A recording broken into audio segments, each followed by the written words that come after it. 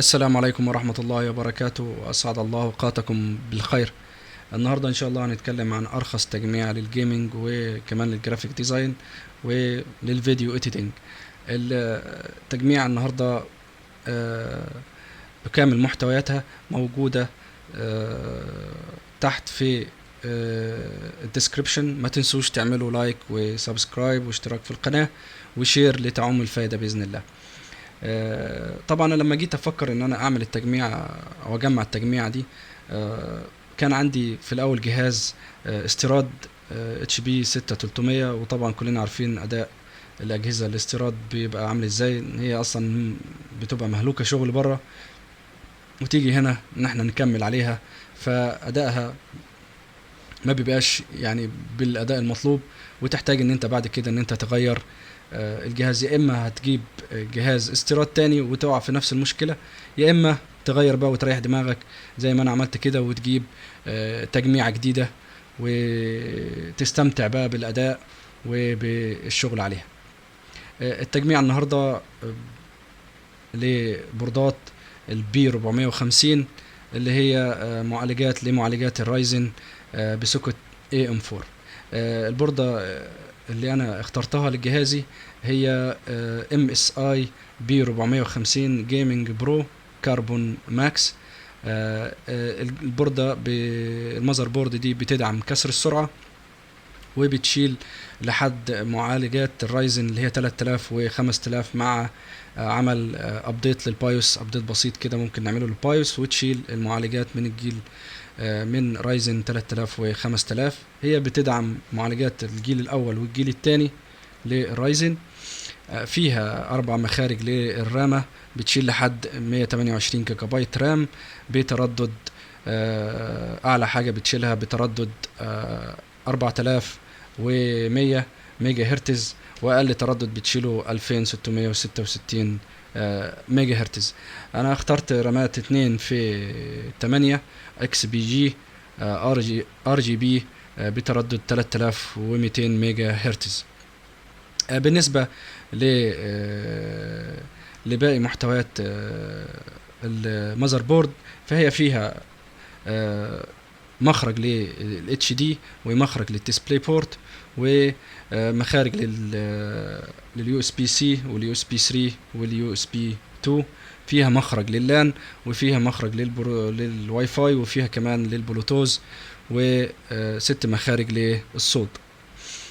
كمان البوردة بتدعم مخرجين للاس اس دي ام 2 اكس 4، وست مخارج للساتا عشان نركب عليها سواء هارد ديسك العادي او للاس اس دي 2.5. البوردة زي ما قلنا كده بتدعم كسر السرعة، يعني ممكن نركب لها عليها اي بروسيسور برضو بيدعم من معالجات الرايزن بيدعم كسر السرعة. وكمان ممكن ما تحتاجش انك انت تركب عليها كارت شاشة لو انت طبعا الميزانية بتاعتك مش هتسمح او مش معاك كارت شاشة من تجميعتك القديمة، فانت ممكن تجيب بروسيسور رايزن زي مثلا رايزن 3200. ده بيجي معاه آه، معالج. المعالج بيجي معاه كارت شاشة مدمج داخلي فيجا 8. ده مش هتحتاج طبعا معاه انك انت تستخدم معاه كارت شاشة خارجي، ولكن انا انصح اي حد ان هو سواء جاب معالج معاه كارت شاشة او مش معاه كارت شاشة مدمج ان هو يجيب كارت شاشة خارجي عشان يدي اداء ياخد افضل اداء للجهاز، ويعني يريحوا بعد كده من المشاكل السخونة بتاعة البروسيسور لما تستخدمه في الالعاب اللي هي اللي بتحتاج جرافيك عالي، وكمان يعني تاخد اعلى اداء في وانت بتستخدمه في الالعاب. طبعا احنا كلنا عارفين طبعا دلوقتي اسعار كروت الشاشة وسوق مفيش كروت شاشة متوفرة بسبب التعدين، واحنا كلنا منتظرين طبعا انتل هتنزل كروت شاشة جديدة. فيا ترى هل كروت الشاشة دي اسعارها هتنزل في السنة الجديدة مع كروت الشاشة من انتل، ولا ايه اللي هيحصل؟ فالله اعلم، هنشوف ايه اللي هيحصل. طيب بالنسبة للتجميعة،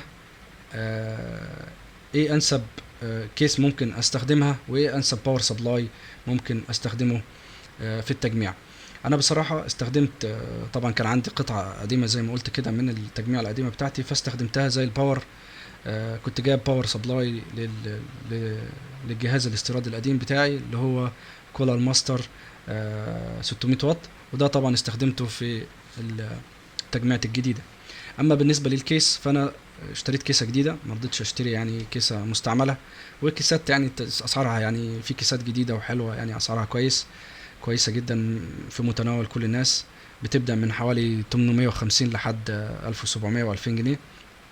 طبعا انا اخترت كيسة بدون باور سبلاي فسعرها كان كويس، ممكن يعني اي حد ان هو يشتريه.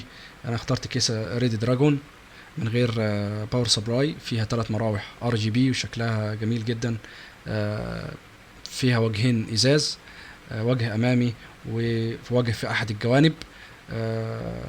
طبعا شكلها ممتاز جدا، وكمان فيها مساحة كافية انك انت بعد كده ممكن تعمل تعديل على البوردة بتاعتك، تجيب مثلا تغير الهيت سينك بتاع البروسيسور وتغيره تجيبه مثلا مائي، او بعد كده تجيب لو عايز تغير مثلا في الهارد ديسك وتعلي، او تجيب كذا هارد ديسك.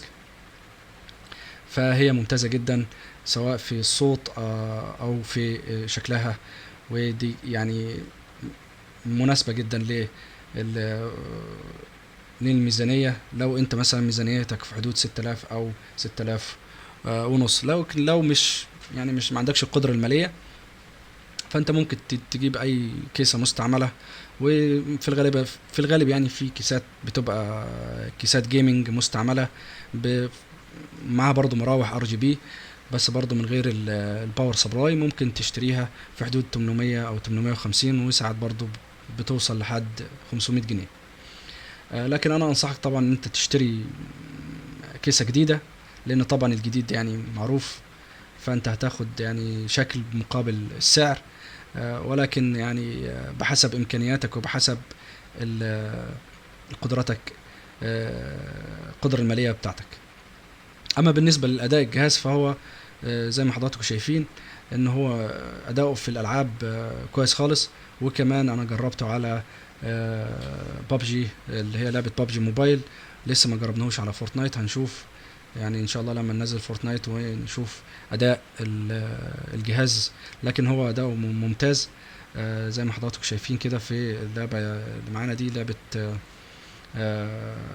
وولفنستين يانج بلاد، وهي من الالعاب الجميله جدا اللي انا بحب دايما العبها، لان يعني فيها زي ما انتم شايفين كده الجرافيك فيها عالي خالص، وكمان المؤثرات الصوتيه والتصميم يعني الشكل العام بتاع اللعبه يعني كده، وفيها حاجات جميله جدا بصراحه. انا لعبت كل النسخ وكل الاصدارات من اللعبه، وان شاء الله هننزل النسخه الجديده منها ونشوف اداء الجهاز برضو ونختبر اداء الجهاز فيها. ده كان كل اللي موجود معانا في النهارده في الفيديو. بعتذر ليكم عن صوتي وادائي لان طبعا اول مره اعمل فيديوهات بصراحه يعني، يا ريت تدعموني وتدعموا القناه، واشوفكم على خير ان شاء الله في فيديو جديد هيكون ان شاء الله اعداد واخراج ممتاز باذن الله. اشوفكم على خير، والسلام عليكم ورحمه الله وبركاته.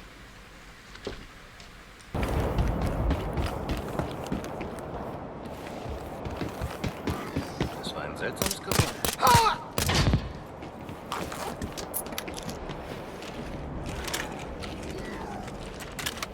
General Winklers neue Motorrüstung gesehen? Ist da jemand? Hey, du! Will do, Jess. Herr Kommandant, Verstärkungseinheit. Geh mir auf der